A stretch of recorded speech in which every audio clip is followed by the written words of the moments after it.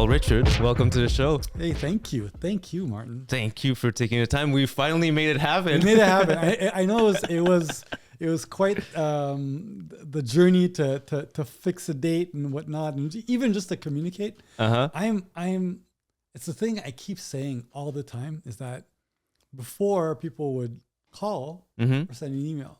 Now I get contacted on every single platform out there, and so there's so many inflow of stuff, and you have to manage everything. You're like Instagram, Facebook, LinkedIn, you know what? And you're like, wait, where did they write to me? I remember someone wrote to me, and I'm like, where is it? And finding it and coordinating. So yes, anyway, I apologize. We're here now. It's amazing. I'm blessed. Thank you for bringing your book. Hey, my God, it's beautiful. You exposed this. This came out when I met you at the gallery, right? Actually, at the gallery, it was a celebration of the book. Okay. The book came out last year. Okay. And when it took me the better part of a year and a half to put this book together. I did the whole book A to Z myself.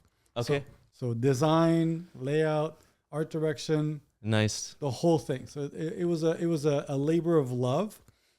And going through the whole printing process, and which paper to use, everything. Exactly. And and I pushed them. It's the biggest book format book printed in Canada to date. Yeah. Most photo books are smaller than that. Okay. And I had to whatever we did. I really pushed them, and I'm happy that I did. And the printers were glorious and amazing to accommodate me, but And what's the reason that they don't make the kind of thick big book It's the same as anything. It's money. It's not cost effective to make books this size. Okay, yeah. You can do this in China for sure. In Italy, there's more volume of books printed. Right. So yeah, it comes down to that. I wanted to have control and to be part of the whole process. I didn't want to ship it off to China and have fingers crossed when it comes back. Oh, did they get it right? So my first book, and you just communicate via email, and they send you pictures, and you're like, I don't really know how it looks. Exactly. So I needed to be there. So So anyway, so when I got the book after a year and a half, and I received it, and again, I didn't use Kickstarter. Okay. To do it. Because it's very expensive. If anybody out there, if you want to make a book like this, it's an expensive endeavor. So I did crowd fund it, but I did it privately. Okay. Whereas I know with Kickstarter that there's a certain amount that you have to get. If you don't reach that amount, then it just it's just like the project tanks. It tanks, exactly. And I was like, no, I'm not. I didn't go through all that to miss it by potentially by $50, and so I'm gonna put. So again, just the whole accounting aspect of it, everything was anyway. So when I got the book and I started all the pre-sales, I sold 75% of the book I did an edition of 500 of this book. So I pre-sold almost 75% of it. So again, I was fulfilling. It was Christmas. And people were like, oh, are you going to do a party? Are you going to do a launch? And I was like, I'm exhausted. Yeah. I'm like, no, I don't want to do I don't want to do a launch. I don't want to do anything like that. And so hence you use the opportunity at the gallery to just also showcase it in a sense. Actually, it was better than that. I met Anne-Sophie 6 months after the book launch, or 6 or 7 months after. And we were talking, and we met, and she's a beautiful, very statuesque woman. And when I see people with grace and a certain something that I haven't photographed yet, and I want to photograph them. So I told her, I said, hey, I would love to one day photograph you. And she looked at me like, are you some creepy guy? I'm like, no. Right. So we got to talking and whatnot. No. Look at my book. Exactly. Look at my book. And we got to talking, and then she saw the book, and I'm like, she goes, oh my God, this is brilliant. She goes, I have a gallery. I said, you have a gallery? What do you mean you have a gallery? Yeah, we have a gallery. And it just snowballed from there. And she's like, look, we have some space, like a 2-3 week window right at the Grand Prix. Would you be interested in doing something? I said, well, maybe I could present some of my new fine art, and coincidentally also, just do something to highlight the book that I did. So it all just came together like really serendipitously. So that's very cool. Yeah, do you remember how long ago did you start like photography? I mean, more like as a hobby. First time you picked up a camera, Oh my God, I was in my teens. Okay. Yeah. My first introduction to photography happened when I was on the yearbook club, my final year in high school. My dad had a camera, and then, I was in the yearbook club. And so like, who has a camera? And nobody had a camera. I said, I think my dad has a camera. It's okay. You're going to be the official photographer. And I'm like, oh, that's all right, awesome. Cool. And what I loved about it was, it wasn't nothing technically fabulous or what, I wasn't producing this kind of work, obviously, but it was the connection that it gave me with people. Like I would go to events, all the school events, even the big, small, I would go into class, like the access that I had to people. Yeah. And just being able to photograph them. And I went to a small high school, an English high school in Trois-Rivières. So it was a very small high school. Like I think we had maybe 300 people in the whole high school. So I knew everybody in the high school. So just going to basketball games, going to theater. That's Richard, the photographer. Yeah, it's like, it's me. And they felt comfortable because they knew me. Yeah. And I would get them. So like the photos for that yearbook were really quite candid and cool.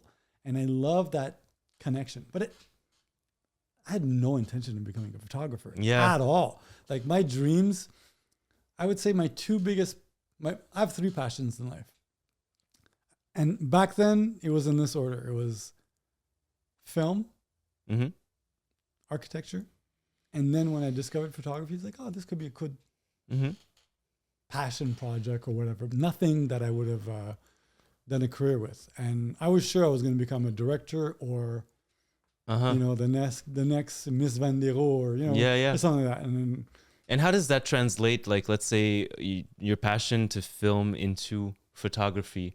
Was it challenging for you, like translating how you capture a moment through video versus photo? Because me, like I started with cameras, like doing mostly photography, but I had to learn videography just because of the nature of what I do, which is marketing for restaurants and everything, food and beverage. Yeah.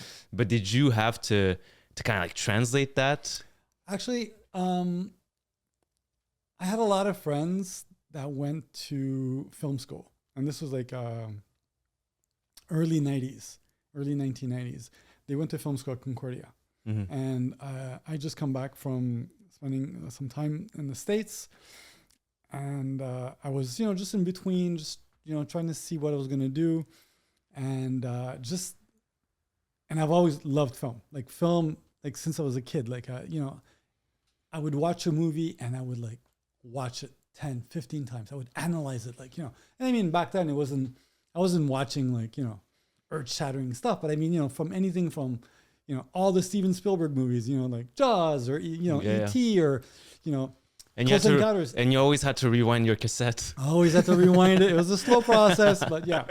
But I mean, I love the way that you could tell stories visually.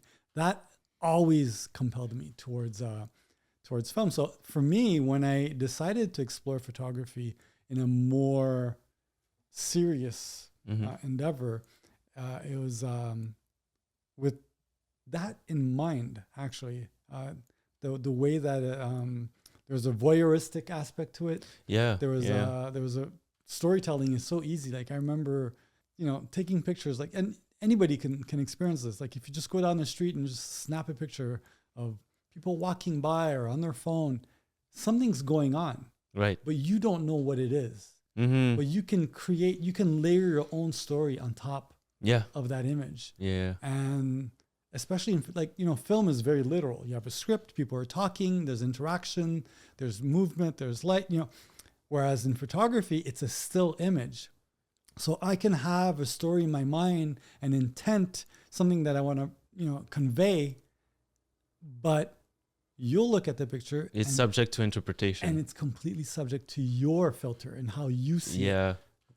When I discovered that, Yeah, you were it like, was okay. This is it. I love this, and that's what converted me to going fully into photography, is that aspect of, and creating like, film stills is easy, just like, there's a lot of the aspects of cinematography are much simplified in photography. You don't, there's things that you don't need to take in consideration, but if you can adapt I say you, but I adapted that into my photography, and that's how I started. Actually, I didn't start as a commercial. I went to New York. I spent a year or two interning with and this was like, again, early 90s, interning with some of the, the greatest, fashion photographers of the time. But that was my school. I didn't go to, I went to I always laugh about this when I go to Dawson, but I went to Dawson for 3 weeks. In photography. Then I was like, you're like, no, this is not for me. This is not for me. I dropped out, and it has nothing to do with Dawson. Dawson's a great school. It wasn't. I wasn't there anymore. I needed to. I knew that I wanted to tell stories. I knew there's a way for me. So for me to be in studio taking pictures of apples and no, it wasn't like I was okay. So that's why I went to New York, and I got to intern with some great portrait and fashion photographers. And you just went to where the sun was, like being closest to the sun. That's how you absorb that energy or that knowledge or whatnot, like Superman. Yeah. It really comes down to self-awareness of how you learn.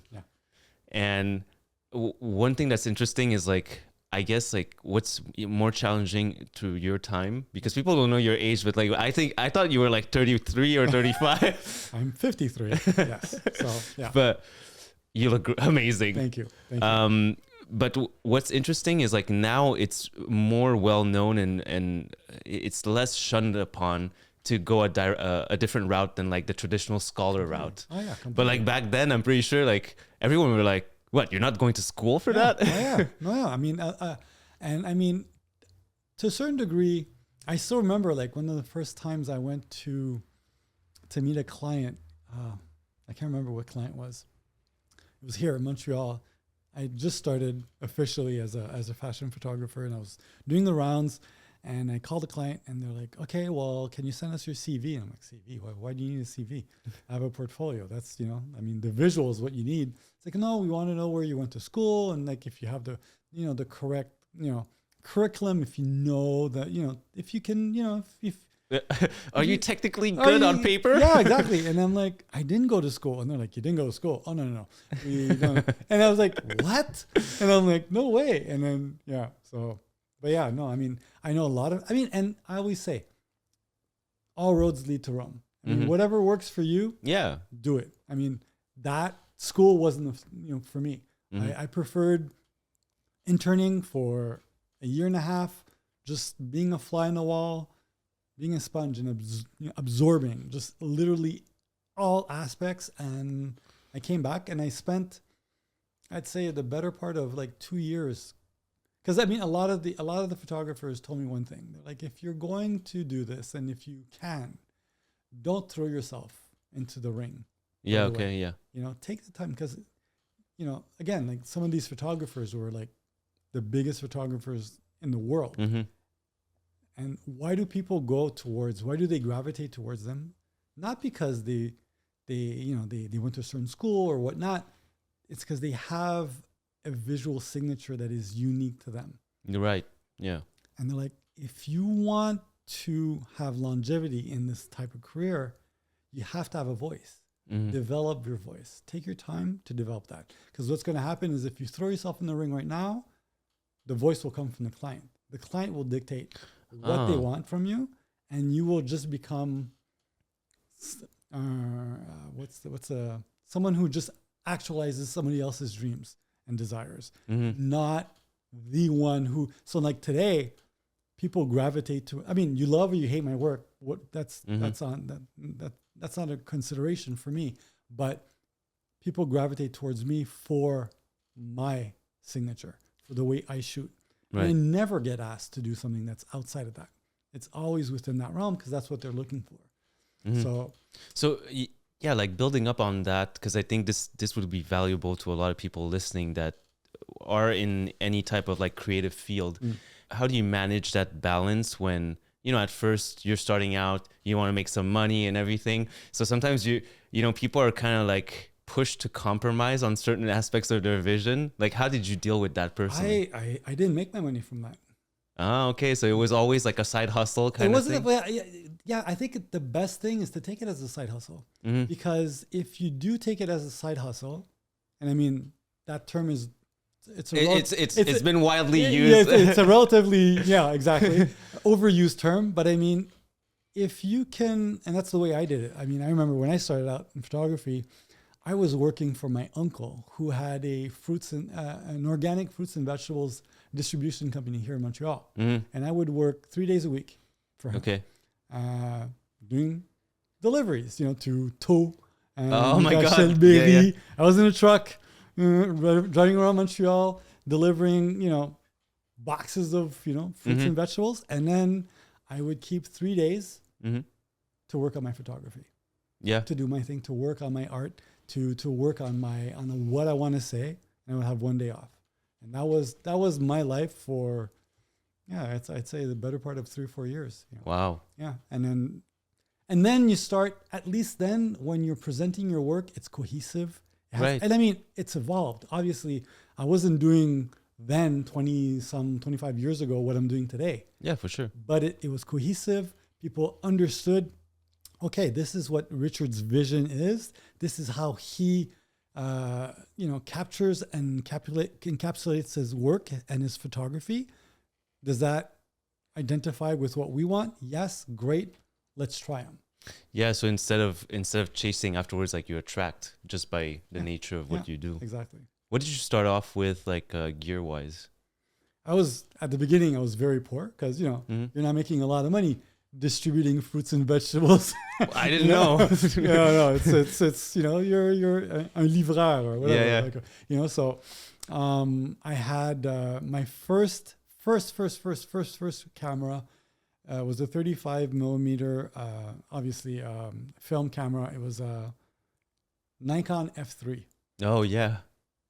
I'm sorry, Canon. I'm a Canon ambassador, so that was my first camera. I had it for maybe a year, and then I progressed into the medium format. I told you I tried the Hasselblad. It wasn't for me, and then I went into the Pentax 6.7 format, which I loved because it felt like a 35 mil, it held like a 35 millimeter. Yeah. But it was a large format, medium format. Which I loved. And I shot with that I still have those cameras. I have 2 bodies and 2 film bodies and 1 dedicated Polaroid body. But to this day, I still have those cameras. I haven't shot them in years, but I shot with that for, I don't know, maybe 10 years before slowly making the transition to like digital, more digital. But you mentioned like the first like real digital camera that you were excited about was the 5D, right? The 5D, Canon. Because it was, I mean, I was kind of, I don't want to say I was taken aback because the format was obviously smaller. It's a 35 millimeter format than the 6.7. I got used to that real estate, But the handling was very much like the 6.7, and the fact that, I spent years in labs. Like I processed all my film, color and black and white. Except when I got to doing a lot of more commercial work where we're shooting 50 rolls of film. I'm not going to sit there and process 50 rolls of film that I would send out. But I started out processing my own film, black and white and color, my contact sheets, doing all my printing. So like I understood the craft and how I could take a negative, which is raw, like what we call raw today, and to completely contort it into my vision of what the final image was going to be. I would do that in the lab. So, like kind of like a chemist. Yeah. It's chemistry. It's alchemy. You're playing with light. You're dodging. You're burning. Your chemicals are like I ruined so many jeans and t-shirts in the labs. But I mean, it was great. But there comes a point where you're like, oh wow, there's an ease and facility to the digital. Like now, I'll do a shoot in Paris and hop on a plane. I'm in the lounge and I start working already right away. I don't, in the comfort of my home. I'm in jogging pants in my office. I don't need to be breathing in. No more spilling chemicals. Yeah, exactly. So that's a question that I get often is that do I still shoot? Because I know there's a resurgence in people shooting analog and film. Like a lot of my assistants now shoot, and I'm like, I have zero interest in shooting film. Yeah, because you've done it. I've done it. Yeah. And the way that I learned everything, like I said, shooting the film, processing the film, knowing that, if I push it, if I pull it, if I use different chemicals, I'll get a different reaction on the, so doing all that information is still there. So I still use it to this day when I'm processing my film in Capture One and then in Photoshop. So, yeah. When did you realize that you were an artist in a proper, like everybody has a different definition of that, but like, what was that moment for you when you realized like, hey, I'm not just like doing photos because I'm a guy with a camera. Yeah. Like this is actually what I do full time, Very from the beginning.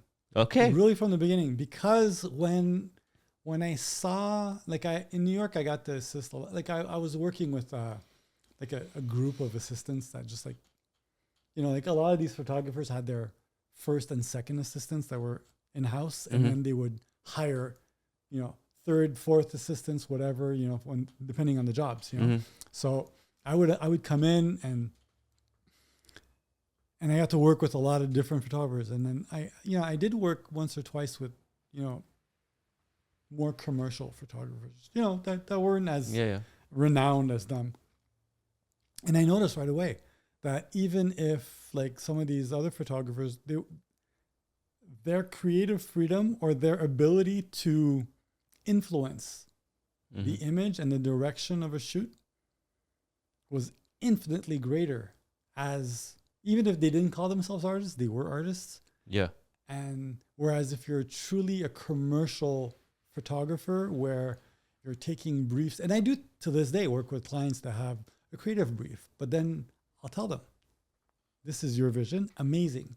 Now I will do a brief using your requirements, what your needs are, what you want to accomplish with these images, and I will filter it through my vision, and then I'll come up with a brief that brings those two together. And then they're like, oh, wow, we would have never thought of that. That's so cool. So, I mean, and when those photographers told me when I came back to Montreal, they're like, work on your voice, work on your creative, your vision right away. Like I got into storytelling, I got into cinematic. Like I was looking at movies, from like even old Japanese samurai movies. Yeah. I would watch those. I'm like, okay, we're going to do this. And I would take those references and, shooting from low angles and high angles and, like doing those like spaghetti westerns, like all these things came in. And so all of a sudden my images became much more than just, shooting in front of a background. Like I hadn't shot, even if these photographers would shoot when I assisted a lot in studio, I didn't shoot in studio for 5 or 6 years because I was always creating these concepts, these sceneries. Ideas. Yeah. So right away, like and even then to that, I was invited to do exhibits. People would see my work. They're like, oh, wait, would you be interested in showing this somewhere? And I'm like, oh, really? Oh, I'm like, okay, cool. So like right away, like my work was more on the art side than it was on the commercial side. So in my mind, I've always considered myself an artist rather than just a commercial photographer. I've never actually referred to myself as a commercial photographer. Okay, yeah. So, and this is regardless of what you do, like whether or not you're a photographer or if you're a shoemaker or if you're selling cars, if you're doing something that looks like, smells like, tastes like everybody else, you're just competing on price at that point. You're competing on price. Yeah. And there's nothing, I don't want to say special, but yeah. Yeah, you're becoming like the only way to win is becoming like an Amazon or Exactly. Whereas if you have something that's unique to you, well, not only and again, you'll never please everybody. That's it. That's the one thing that I always tell people starting out. Do not try pleasing everybody, because you'll end up pleasing no one, and you won't be happy yourself. Yeah. You know? So do your thing. I do my thing. It's good for some people. People love it. Some people don't like it, and it's not for them. Fine, that's okay. I'm okay with that. But if you find, like you said, if you take the time to develop your voice and to create something that's unique to you, then people will not only gravitate to that, but the right people will. The right people, and they will pay handsomely for it. Yeah. Whereas if your work looks like everybody else's work, there's nothing, it becomes somewhat generic, and therefore the clients can dictate your price, because they're like, well, you and 20 other people do the exact same thing. Yeah. And you said it comes down to the price. He's charging half your rate.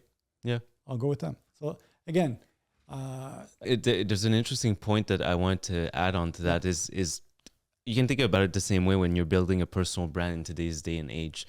Like, a lot of people are like, hey, I want to grow my audience. I want to have 1 million followers and whatnot. And I'm like, you only need like, I think it was someone his name was Kevin Kelly. He wrote a blog post like in the early 2000s, and the name of the blog post was 10,000 True Fans. Like, that's all you need. All you need, especially online, because some people will just like you because it's you. You know, they might just like your face. They might they might just like your energy, and they like working with you. Exactly. So a lot of times people overthink it, and they're like, no, but I want to be able to please that person, but you'll never please everyone. No. So yeah, that's cool. That's and he's right. Like, you don't need a million followers, and I mean, even then, you know, like, it's. Yeah, that's more about width, not depth, right? Exactly. Oh, I like that. Ooh, that's good. That's good. That's good. I'll use that. I practiced.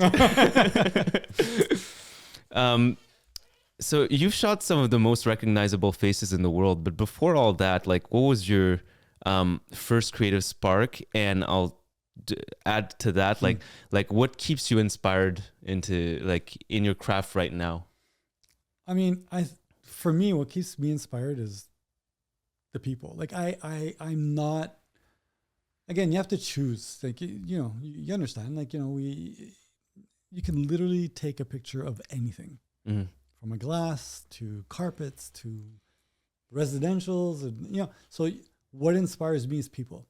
People inspire me, and the capacity that I have to collaborate and create something that'll move somebody else, that'll inspire them, that'll make them think, so to this day, that's I mean, I try to accomplish that, and in all the work that I do, I've learned though not to share that with everybody, because I mean, you know, like, I'll do a commercial job and I'll come up with like I said, you know, a client will come to me with their brief, and I'll say, okay, this is cool, I get what you want, what you need, and then I'll create my own brief of my interpretation of what they gave me, but often I'll layer something else in it. So my deep intentions. You feel fulfilled. But I don't share that because it's not necessary. Yeah. I still accomplish it while accomplishing their vision, or what they want me to accomplish for them. So, but yeah, I think that, like, I wouldn't be, like, I have a good friend of mine who's, like, I feel like so talented. And he shoots animals in Africa, like elephants and tigers and, you know, cheetahs and the pictures are so brilliant. Like, or Sagado, you know, like like those images are beautiful, but that's not what inspires me. I like having to interact with someone, and not to document. That's why I've never done fashion shows, or I've never done red carpet. I understand. I like to be able to control the narrative. Whereas if you're documenting, you're not controlling. You're just taking a picture. You're documenting, what's happening at that moment. Exactly. So. What's something that you used to chase in your work that you no longer care about? Perfection. Okay.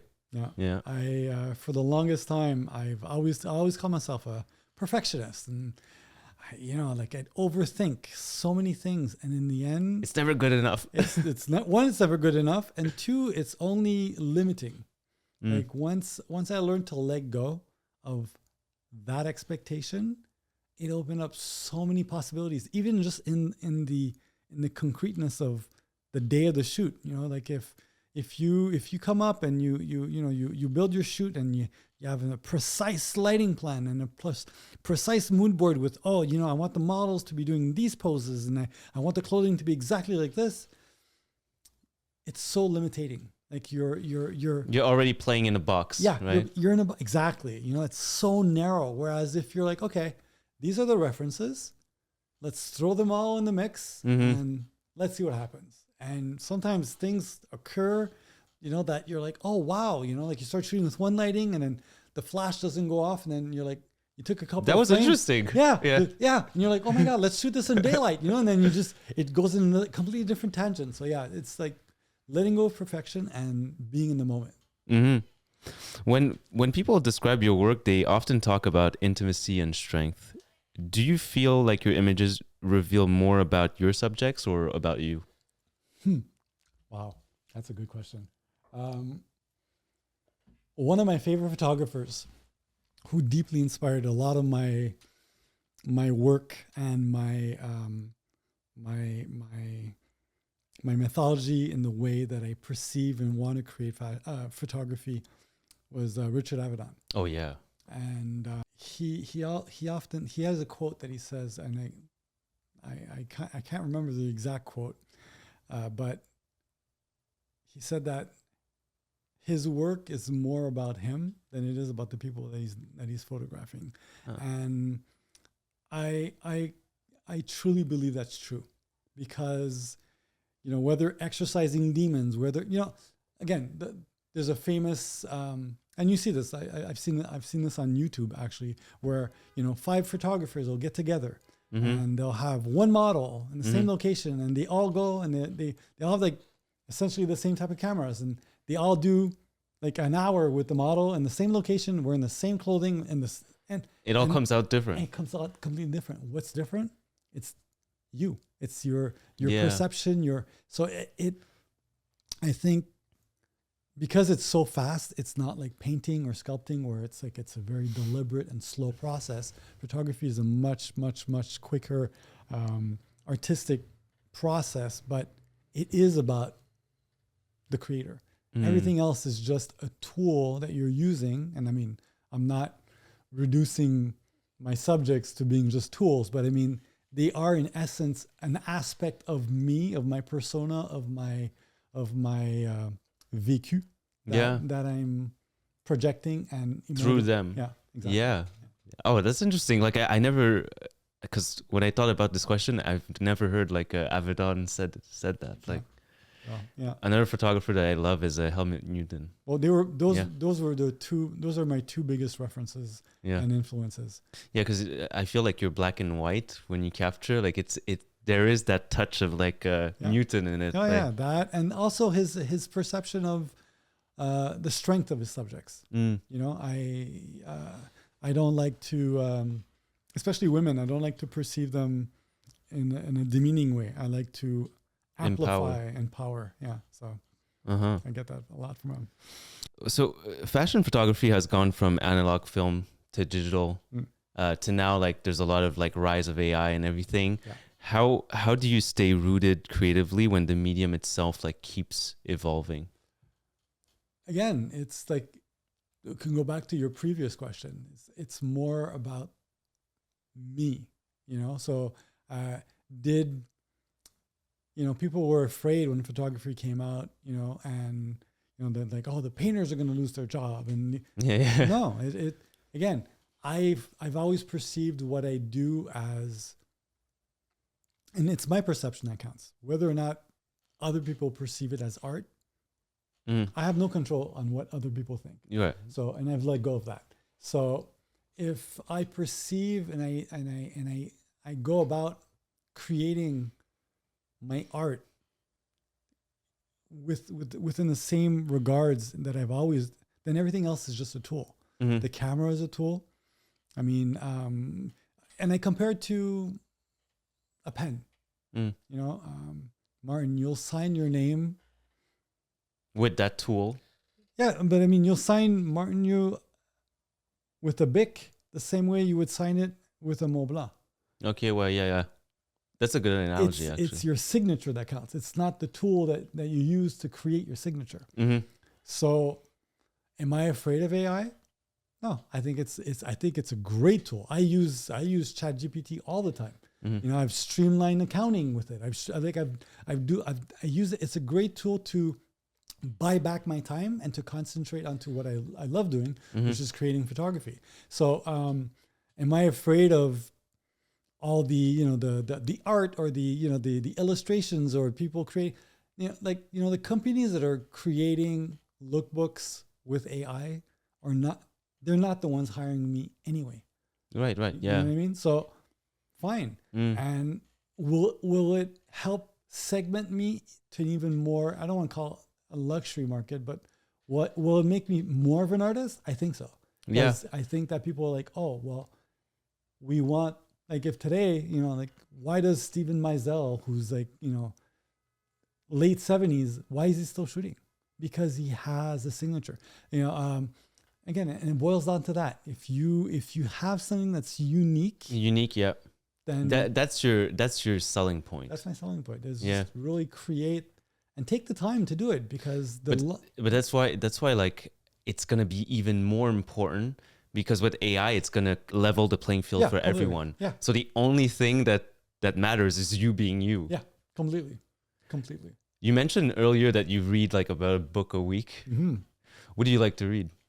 Oh, everything. I mean, well, I used to read everything. Now I use reading as a way to disconnect. So mainly now it's fiction. So Okay, I'll read anything from science fiction to murders or mysteries, or to spy novels, but I mean, I read normally, it's like maybe like I'd say 45 minutes before going to bed. I do the same thing. But for me, it's like 30 minutes or whenever I fall asleep. Exactly.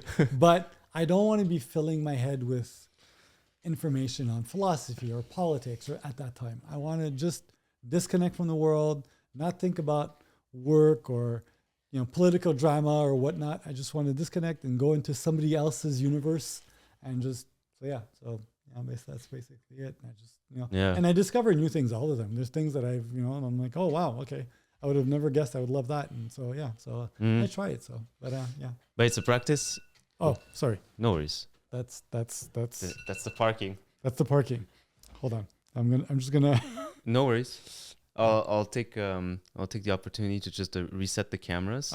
It's the same for me. Like I found it hugely beneficial to right before going to sleep, like to take off like all electronic devices and everything, because like it or not, like these things they get you hooked. And your mind is constantly running. There's something about picking up a physical book that's like therapeutic. Completely. And I tried reading on Kindle, and I'm like, I like a book. I like trying to break the book and it flipping open or whatnot. Yeah, I like the physical book. So but I think we were talking about that too, in terms of your book. Yes. You said like there's also like there's a ceremony there. Yes.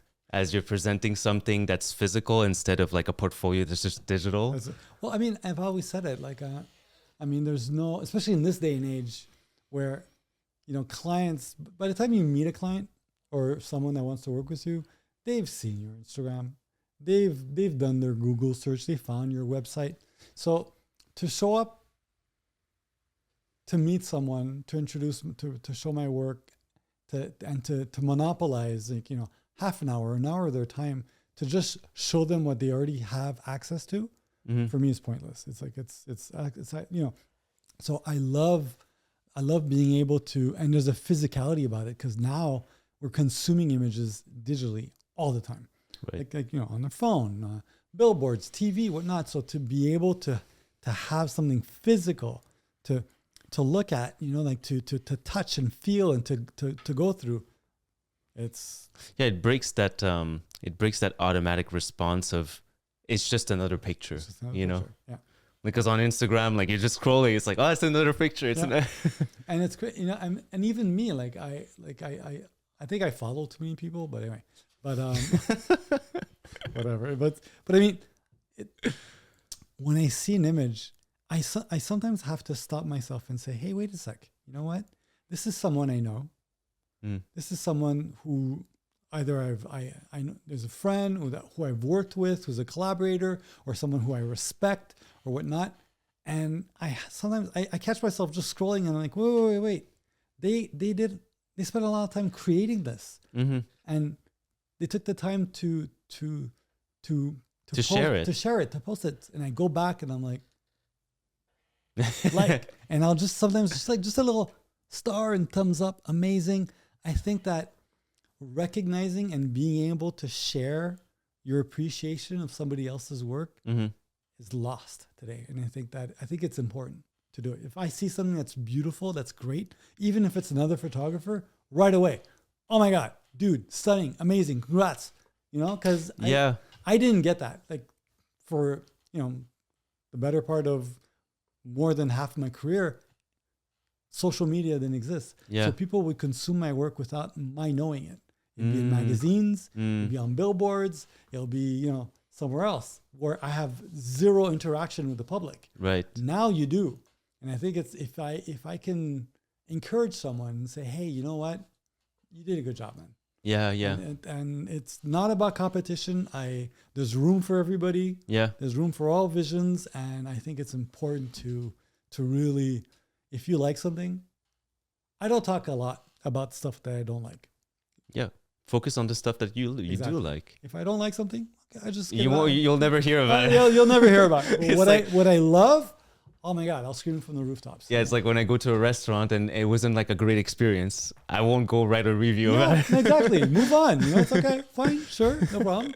Go back to the restaurant that you love and talk about that, you know? So, yeah. It's funny, like very serendipitous that you mentioned that because yesterday I was randomly watching an interview that Kevin Hart did. And in that segment of the interview, he was talking about how he went to say hi to Jeff Bezos, I think, like at a party or something. And the moral of his story was like, you know, he was in this environment where there's like obviously like these highly successful people and all that stuff. And people were telling him, no, you shouldn't go like say hi to Jeff Bezos, you know, like he's you want to look cool, you know, you don't want to look too existent.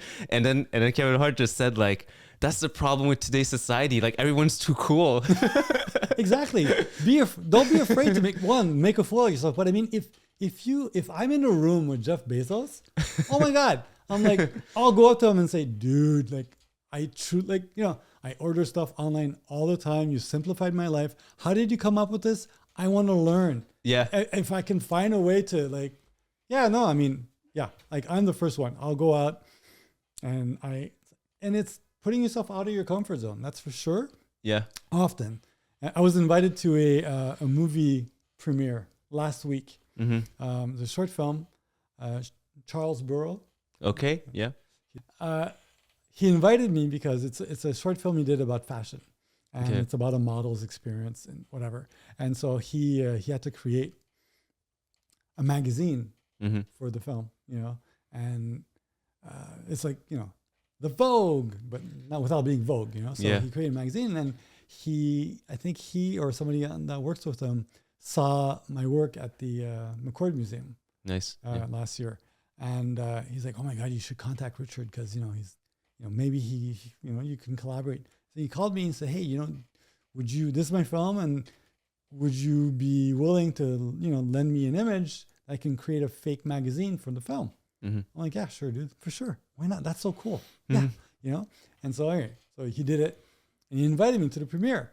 And then he's like, "Oh," and I show up, and I'm like looking around. I know absolutely zero because it's not like he works in more a commercial. Like he does a lot of commercial ads and stuff. Like okay, yeah. And I didn't know any. It's a totally different crowd. It was a totally different crowd, and I'm like, cool. I'm in my comfort zone. Grabbed my drink, went up to the first person.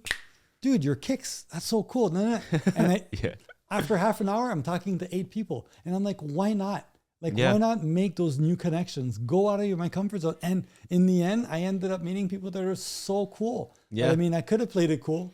Yeah, In yeah. my corner and just like I'm James Bond. Yeah, exactly. Do you know who I am? You know? And no, man, it's like, yeah. So yes, I agree with Kevin Hart. Yeah, but it's the same thing that's happening online, and that was like to tie it back to what you were saying, like with the comments. It's like people are consuming stuff, and I mean the amount of times when I post something, and then let's say that person didn't like my stuff for like I don't know for X amount of time. Right. And then I meet them, I see them in person. They're like, "Yeah, I totally saw what you posted." And I was like, interesting. Like, like people are paying. Not that I would need that that you comment or something, but it's like it's interesting because people pay attention, but they're like they see it. Yeah. Well, and again, that's the whole thing with not to get. I don't want to have a conversation about Instagram, but when you look at the metrics of the impressions you get on a post, Like, I mean, again, I can't compare it to what Instagram was 8 years ago. Yeah, it was for sure. nuts. It was like 8 years ago. You had 4,000 likes because, everybody was new, whatever. Now people, like you said, people are too cool. So they look at your work, they see it, but they don't interact with it other than seeing it. So like sometimes I'll do a post again. And I know this because I was having a conversation with a social media manager with another project that I'm working on.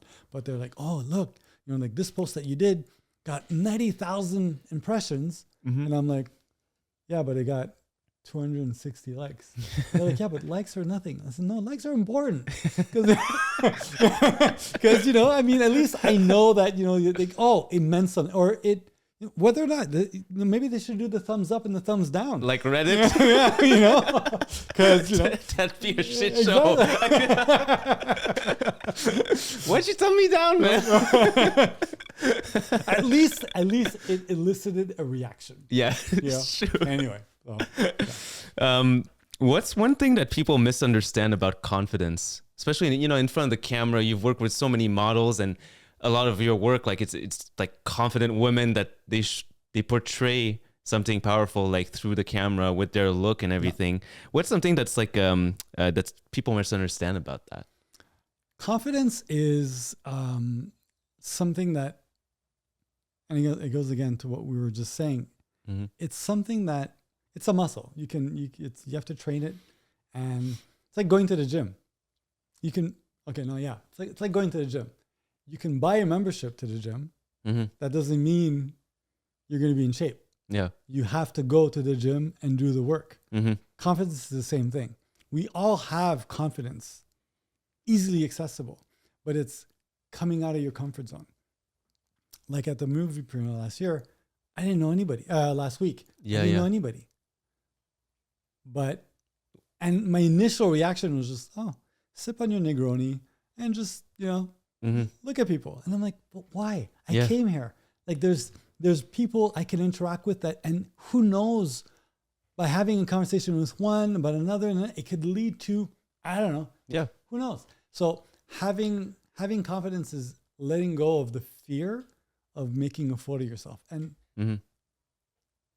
everyone's thinking that anyhow. Everybody is thinking the exact same thing. Everyone's just thinking about themselves. It's like, just go out and try. Worst case, so what? You made a fool of yourself. Big deal. But again, rarely do you make a fool of yourself. Usually by trying something, by stepping forward, by doing that thing that you're afraid of doing, you actually get way better. It leads you to something else. That's one step. But I think one important point too is that confidence is highly situational. Completely. Like I can put you like in a room where like you're with your closest buddies that you knew from high school. Yeah. You're probably going to act very different than if you met like someone like you're highly attracted to for the first time, and then you're like mustering up the courage to go say hi. Yeah.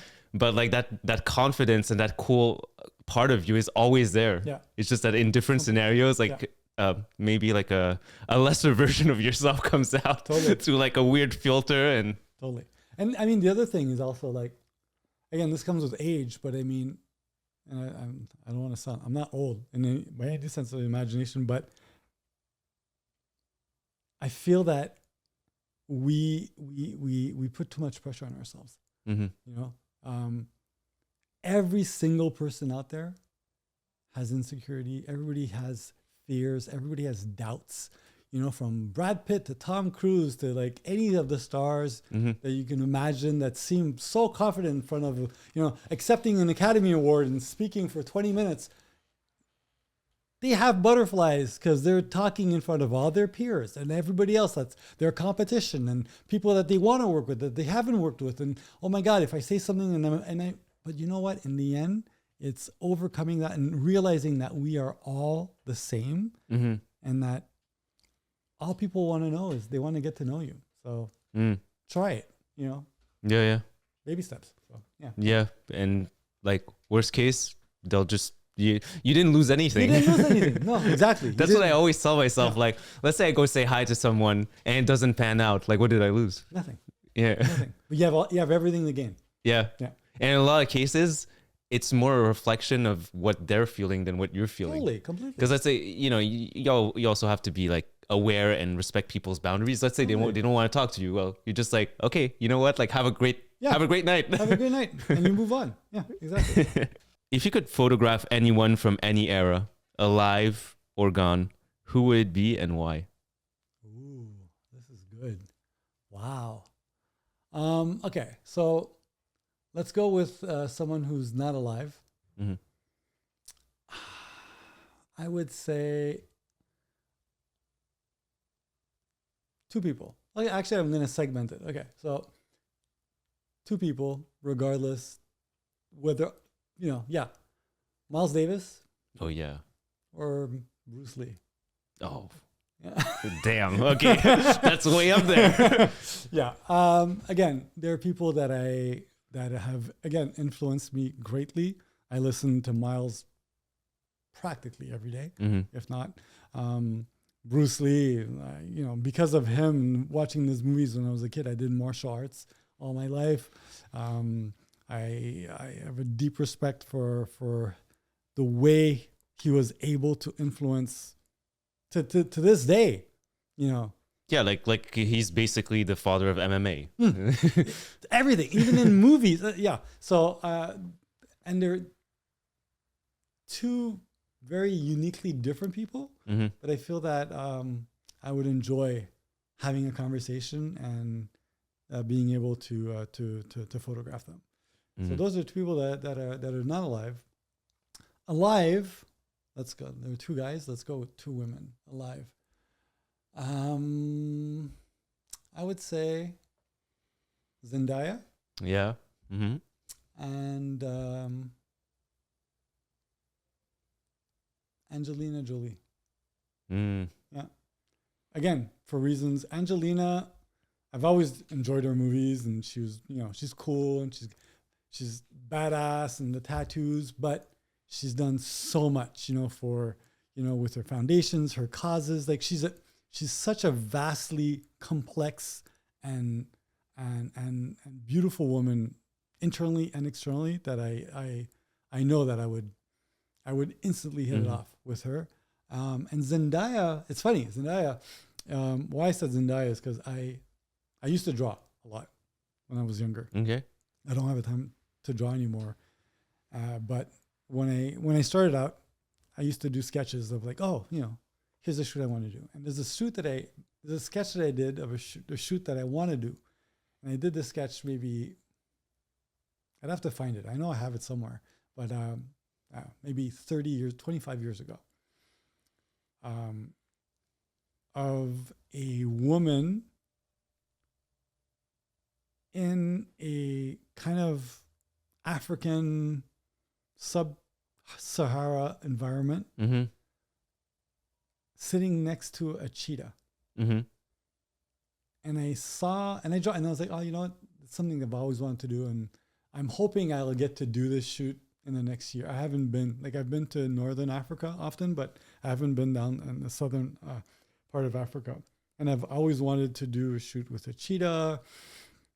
And that image that illustration always keeps coming back. And I saw that image a couple of years ago when I was moving, and I was just going through a whole bunch of stuff, and I saw that, and I'm like, oh my God. That looks like a Zendaya. It looks like Zendaya. Yeah. Wow. And I took a picture of it and I sent her an email.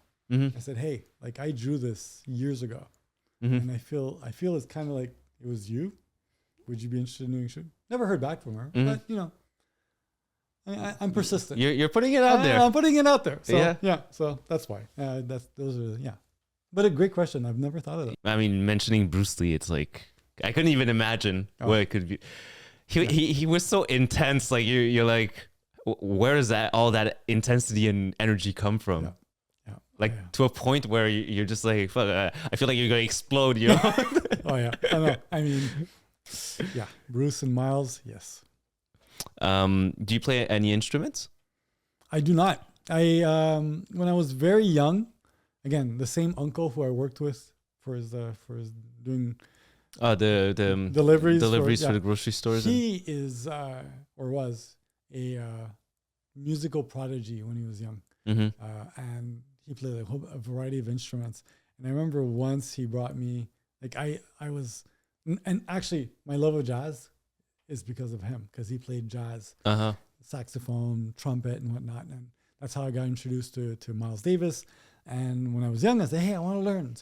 And he showed me how to play the trumpet, but I never learned. Never practiced like. Yeah, I never learned how to read notes or whatnot. But when I was young, I used to play the trumpet with him. But I mean, I never continued. So no. Okay. No instruments. What do you want your work to say about you when you're no longer the one telling the story? Wow. Wow. Okay. We're going deep here. We're going deep. I think the essence of my work, and I think it's the title of my book, is that I have a deep appreciation for what's beautiful. I compare like what we, like the YouTubes and the Netflixes and the Spotifys of this world is basically catering to our need for distraction in a world that's complex, that's often scary, that's overwhelming. Books, same thing. Books, movies, these are all necessary distractions that helps us reset. And some people like horror movies. Yeah. I personally don't like horror movies because I'm very visual and I have a great photographic memory for images. So you're just gonna have bad dreams. I don't want to fill my mind with things that scare me. Yeah. I want to fill my mind with things that inspire me, that I feel that are beautiful. And I try, like I'm not interested in shooting something that's, and I mean, when I say beauty, not necessarily the standard of beauty in fashion, but I want to what I capture is aspirational to some sort of sense of beauty, and that it fills the world in one way or another, even if it's for a split second one going through Instagram. Oh, wow. Yeah. And you keep going. Well, that little fraction of a second gave you that little respite that might reset your mind because it was filled with beauty, contrary to seeing an image of someone being beaten to death in the Gaza Strip. It fills you with dread and anger and resentment. Well, I want to fill the world with beauty. So I think it's my sense of my appreciation for beauty, and that I try to have that as a guiding light in all my work. Oh, that's powerful. Well, Richard, before I ask the final question, I wanted to take a little moment to acknowledge you. I think like you're doing, obviously you're bringing a lot of beauty to the world. Thank you. And like getting to know you, we've met like a couple of months ago, but like the more I get to know you, the more I see like you're not only talking about those things, you're actually living it. And you're also inspiring like younger generations like mine, like when I see you commenting on my posts and saying like, hey, this is cool or that's cool, like it really does it really does bring like positivity and uplift people in life. So thank you for that. Thank you. I mean, like I said, if I can inspire and if I can help people feel confident in what they do, and that they know that what you produce resonates in a certain degree in a positive way, then I think that, I've done my job. So, Mm-hmm. thank you. If someone only saw one of your images 100 years from now, which one would it be and why? That's impossible. The impossible question. And you know what? It's the question that I kind of fear, and you phrased it. I'll give you that.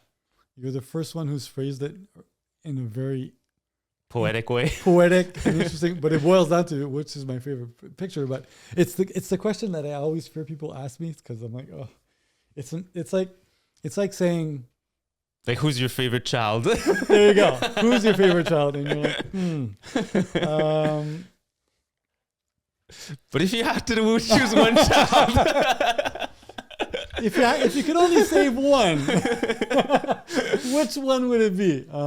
Wow. impossible scenario. It's like you only get to. But yeah, I'm like what's something that you feel?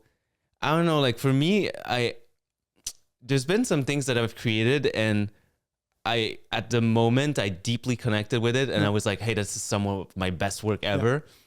And then years later, like I don't feel the same way about it. For sure. Yeah. But there's also like one or two that like I'm like, yeah, this is kind of like timeless. It lives rent free in my mind. Yeah. Yeah.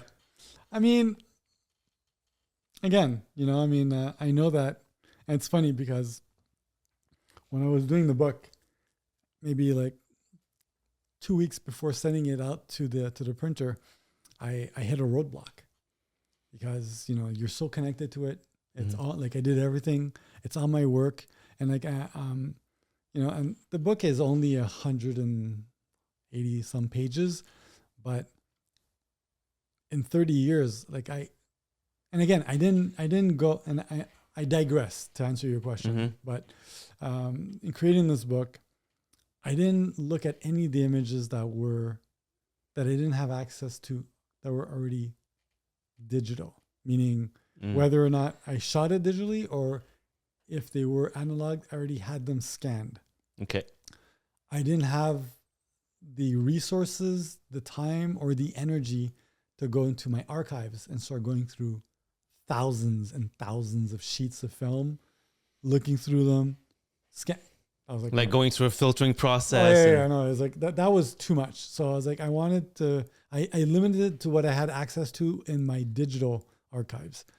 And for over a year, I had a folder open up on my desktop, and every day I'd spend like half an hour just go through some of my archives. Oh yes, and if it spoke to me, like I wasn't trying to finalize it. I was like, if it speaks to me now, yes, and I'd throw it into that folder. And I was like, and I gave myself a year, and after that, I would narrow down from there. After a year, I had almost 4,000 pictures. Okay, yeah. In the folder. I cried. There's 100 something pages. and there's like maybe 120 pictures in this book. It was a hard process to go through it, to eliminate images that even if I thought there was a significance for me, or they were special, I created them with people that are no longer here, or that I had a connection to, or whatever. I knew that sometimes they wouldn't make it into the final book. And at the end, yeah, like, 2 weeks before, like I was still hesitating on placement and like a couple of images, and my wife and my eldest son came in, and they're like, what are you doing? No, this go with this. No. and just having that feedback and le recul of another perspective. But that said, if in 100 years I were to be remembered for one photo, wow, I already am torn between the fact that is it going to be a color photograph or black and white? Because black and white. I have a deep love for black and white. I spent the first 5 years of my career, of my photographic journey, just shooting black and white film to understand the world in shades of gray. In shades of gray. So it would probably be a black and white. Although, like, I love color, and when I use color theory. I emphasize, and color becomes a component as important as the location, as architecture, as the person that's in the image. Mm-hmm. So I do love color also, but I think it would be a black and white photograph. And if it's too hard, no, it's not hard. Actually, maybe look, in 10 years or in 5 years or in 2 months, I might change. Yeah. But the one that comes to mind today, the photo that comes to mind is an image that I shot in Paris. I'd say maybe at least 8 or 10 years ago. Mm-hmm. I was for a magazine. We were doing a spécial mode. It was a retrospective on Saint Laurent, on Yves Saint Laurent. And they're like, okay, what do we do? Like, how do you want to shoot it? And I'm like, you know what? I would love to. Can we? Is it possible to have access to his archives and just shoot? Like, I don't want to shoot anything new. I want to shoot. Mm-hmm. And I mean, again, I'm a fashion photographer, but I'm not a fashion editor in no sense of the word. Right. Yeah. And that's like, I have a deep respect for stylists and fashion editors. So, and I was working with a brilliant fashion editor for this shoot, and Annabelle Jouot. And I said, it would be great if we had access to the archives. Mm-hmm. And I said, I knew that Saint Laurent lived in Paris, obviously. And I asked, I said, does he still have an apartment here? I know he passed away. And we did the research, and Pierre Berger, who was his long-time partner, still owns several of the properties. And actually, one of the apartments, he doesn't live in it anymore, but was like a time capsule. It was Yves who had put it together. Oh wow! And we asked access. We asked permission, and we got permission to go shoot in there in that apartment with his archives. And so there's one picture I shot in his living room, and he had a large low coffee table, and I had the model. She was wearing obviously Saint Laurent, and she was just, I had her lying again, very, very Newton, very cinematic, very black and white, contrasty, shooting from a low angle, and she's swooning her head back past the coffee table down with a glass, holding a glass of liquor or whatever in her hand, and just swooning wonderfully on this table with this whole apartment. And it's all in Saint Laurent, and Saint Laurent, and Saint Laurent. So yeah, I think that must have been something, like the energy there to capture that. I think it's in the book. I could show it to you after. So, yeah. So yeah, I think that it says a lot about my love for drama, my love for black and white, my love for things that inspire me. Saint Laurent. I mean, I've never shot a Saint Laurent campaign, and that would be one of my bucket list things to do. To shoot that. That I got to shoot some of his archives, some of his best pieces in his home, and had complete 100% creative freedom to create that image. A lot of people are surprised because I that was one of the prints that I put in the book that we were offering at the gallery this summer, and they were like, "Oh wow, really?" And I'm like, "Yeah, this picture was one of those check marks and at that time in my career, and I still think to this day it represents me in a very strong sense of the word." So, speaking about the book, where can people get a copy? There are very, very few copies left. Less than 50 or 25 or whatever. But before you could order it directly online, now you can send me an email. Okay. Richard or studio at Richard Bernardin. Just say, hey, I'd like to get my hands on one of the few copies that are left. And amazing. I sold 2 just this week, so like they're dwindling down, and once there are no more left, save me a coffee. I'm getting mine. Perfect. And where can people find you on socials? Richard Bernardin Photo. That's for my photography. I also have Richard Bernardin Fine Art. It showcases some of my in situ work, where framed images are showcased in different environments that clients have shown my work. So those are the 2. There's that, and there's Relevant. I know we didn't get a chance to talk about that, but Relevant Journal is is a journal that I started. Again, that conversation that we had about slowing things down, getting to know your subjects. Getting to know my subjects, and as much photographically, where it's not a process that involves 20 people. It's one-on-one, and having one-on-one conversations like this, where we have a conversation, I record it and I transcribe it, so people have to read it. If you're interested, you can't. There's no podcast. I've had a lot of people say, "Hey, you should do a podcast." I'm like, you know what? I like to read, and if people are really interested, they'll read. If they're not, then so be it. They'll look at just the pictures. And I think there's a lot of depth to taking the time to read it. But anyway, so that's a side project that I've started 2 years ago. And it's spelled relevant, like it's just the letter. So relevant without the the vowels. The vowels. Okay. So RLVNT journal.com. Amazing. Well, Richard, thank you for taking the time today. Dude, that was a blast. This was amazing. I'm so blessed that you asked me to do this, and anytime I'm here.